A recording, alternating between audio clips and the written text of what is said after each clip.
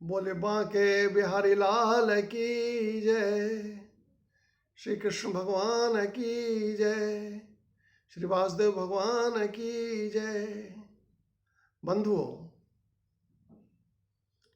पिछली कड़ी से भगवान मैं के ज्ञान की चर्चा कर रहे थे और मैं के ज्ञान की चर्चा करते करते उसका भगवान ने स्वरूप भी बता दिया जिससे व्यक्ति धोखा न खा जाए, और धोखा न खाने के लिए बताया कि उसे जान करके तेरा समस्त प्राणियों में अपने और पराये का भेद मिट जाएगा।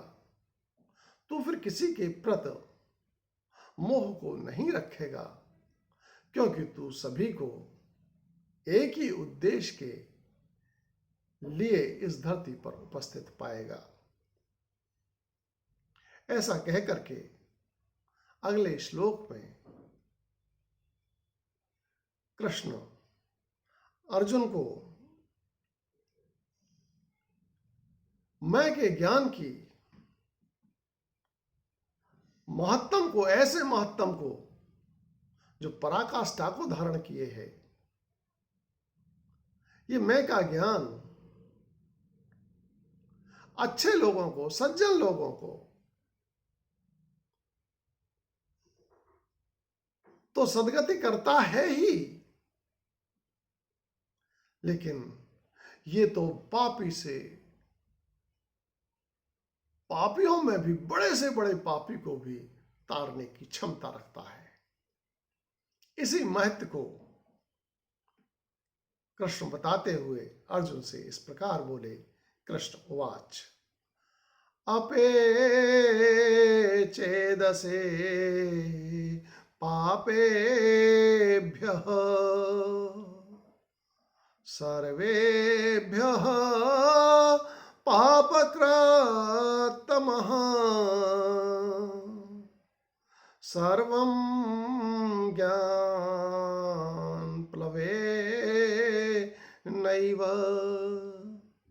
व्रजनिं सन्तरेष्यसि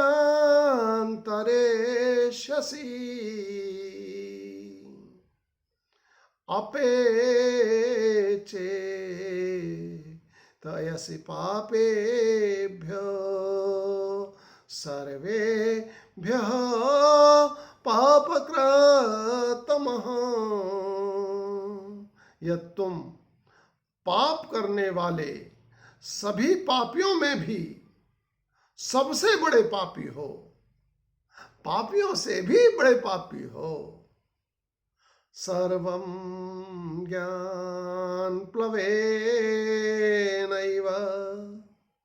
व्रजनिं सन्तरष्यसि।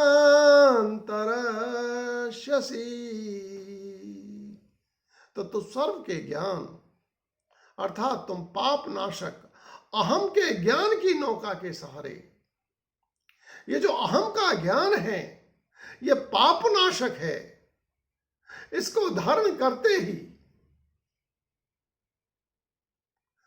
पाप नष्ट ही नहीं होते, पाप होते भी नहीं है। तुम पाप नाशक अहम के ज्ञान की नौका के सहारे सभी पाप कर्मों से होने वाले पापों को पार कर जाओगे।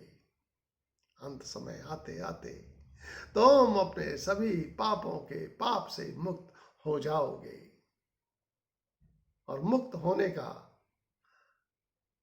तरीका बताते हुए कृष्ण बोले यथैधांसि समिधो अग्नेः भस्मसात् कुरुते अर्जुन ज्ञानाग्नि सर्वकर्माणि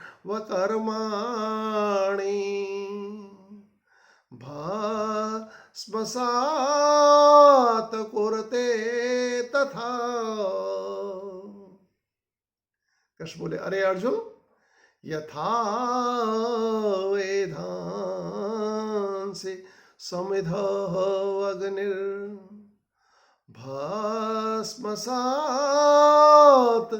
कुरुते अर्जुन।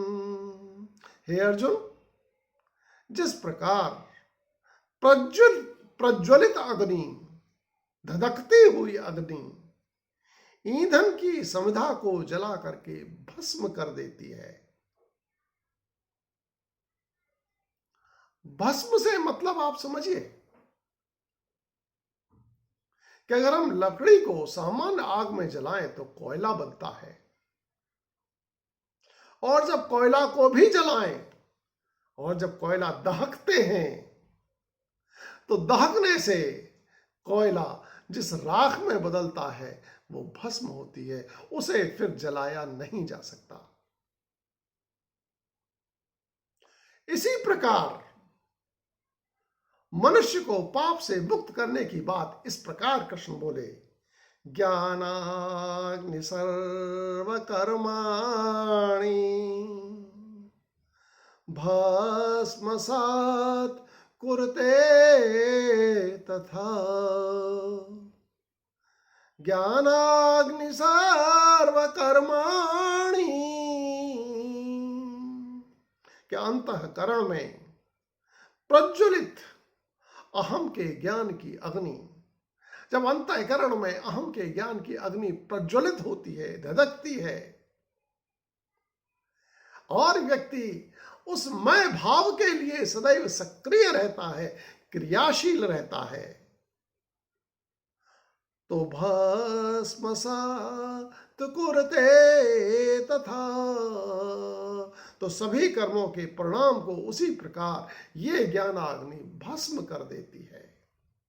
इस ज्ञानाग्नि के कारण ही, मैं की ज्ञानाग्नि के कारण ही जो धधकती अग्नि है, जो व्यक्ति को उस मैं के ज्ञान पर चलने के लिए विवश करती है, उसके कारण उसके समस्त कर्मों से मिलने वाला फल भस्म हो जाता है। और फिर उस ज्ञान की और भी पवित्रता का बखान करते हुए कृष्ण बोले, नहीं ज्ञानेन सदृशम् पवित्रम एहे वेद्यते तथा स्वयं योग संसिद्धः काले नात्मानि विन्दति।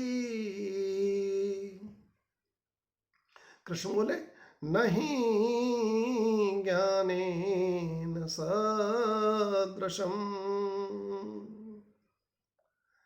हे अर्जुन, ना ही अहम मैं के समान ज्ञान से प्राप्त पवित्रता के सादृश्य पवित्रम एहे वेद्यते, इस लोक में कोई दूसरी पवित्रता होती है। जितनी पवित्रता मैं का ज्ञान देता है, उतनी पवित्रता जगत में कोई ऐसी वस्तु नहीं है जो दे दे। जगत की सामान्य वस्तुएं तो हमारी शारीरिक गंदगी को मिटाती हैं, कुछ अच्छे आचरण करा देती हैं, लेकिन ये अहम का ज्ञान तो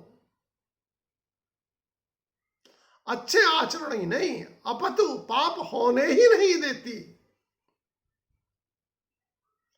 कर्म फल को भस्म कर देती है। इतना भस्म कर देती है कि वो दोबारा पुनर्जन्म देने की स्थिति में नहीं रहते, क्योंकि देही के साथ तो, अपने अंतःकरण के साथ तो केवल कर्मों का फल ही होता है, जो उसे आवागमन में बांधता है, जो उसकी पवित्रता को भंग करता है, और ये अहम के ज्ञान की अग्नि उस अपवित्रता को भी भस्म कर देती है और अंतःकरण से पवित्र बना देती है, और पवित्र होकर के वो ब्रह्म में लय होने की दिशा में कदम आगे बढ़ा देता है।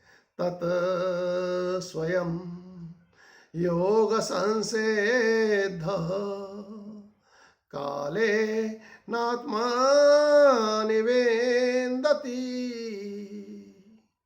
उस पवित्रता को व्यक्ति स्वयं ब्रह्म के कर्म करने की पात्रता में सफल होने पर अपने आप में समय के साथ प्राप्त हो जाता है। या तो व्यक्ति उस ज्ञान को जाने, तदनुकूल कर्म करे, लेकिन कृष्ण कह रहे हैं कि अगर कहीं ऐसा हो जाए, उल्टा हो जाए कि वो स्वयं ही ब्रह्म के लिए समर्पित हो, स्वयं ही ब्रह्म के लिए कर्म करने की पात्रता को प्राप्त कर ले, तो वो स्वयं ही अहम के ज्ञान को भी प्राप्त हो जाता है। क्योंकि अहम के ज्ञान को प्राप्त करने का उद्देश्य भी ब्रह्म के लिए समर्पित होना ही होता है।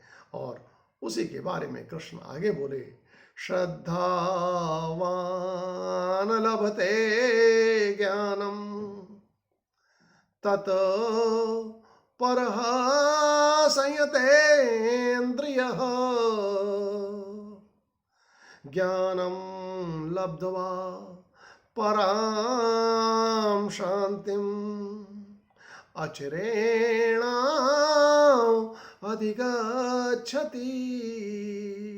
श्रद्धावान् लभते ज्ञानं तत परः संयतेन्द्रियः। कृष्ण बोले श्रद्धावान लभते ज्ञानम, कि श्रद्धावान, किसमें श्रद्धावान? कि ब्रह्म के लिए कर्म करने में श्रद्धावान व्यक्ति,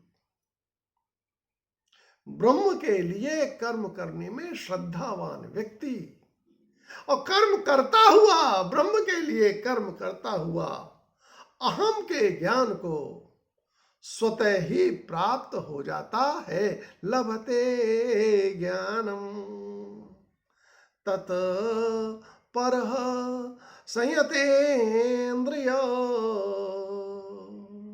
बाद में वो व्यक्ति ब्रह्म समर्पण को प्राप्त हो करके इंद्रियों को भी वश में कर लेने वाला हो जाता है, अपनी इंद्रियों को भी नियमित या नियंत्रण में कर लेता है। ज्ञानम लब्ध्वा परां शांतिम अचिरेण अधिगच्छति। ज्ञानम लब्ध्वा, फिर ज्ञान को पा करके, अहम के ज्ञान को पा करके, मैं के ज्ञान को पा करके शाश्वत शांति को, पराम शांति को, उस श्रेष्ठ शांति को, जो शांति से भी श्रेष्ठ है, अर्थात शाश्वत शांति को पा करके शीघ्र ही उससे संपन्न हो जाता है और उसको अधिगच्छति, प्राप्ति नहीं होता, ऐसी प्राप्त होता है कि फिर उससे वो दूर नहीं होती। वो शाश्वत शांति का हमेशा हमेशा के लिए एक तरह से पात्र हो जाता है। गोविंद जय जय गोपाल जय जय राधा रमण हरि गोविंद जय जय श्री कृष्ण गोविंद हरे मुरारी श्री कृष्ण गोविंद हरे मुरारी हे नाथ नारायण वासुदेवा। बोले बांके बिहारी लाल की जय।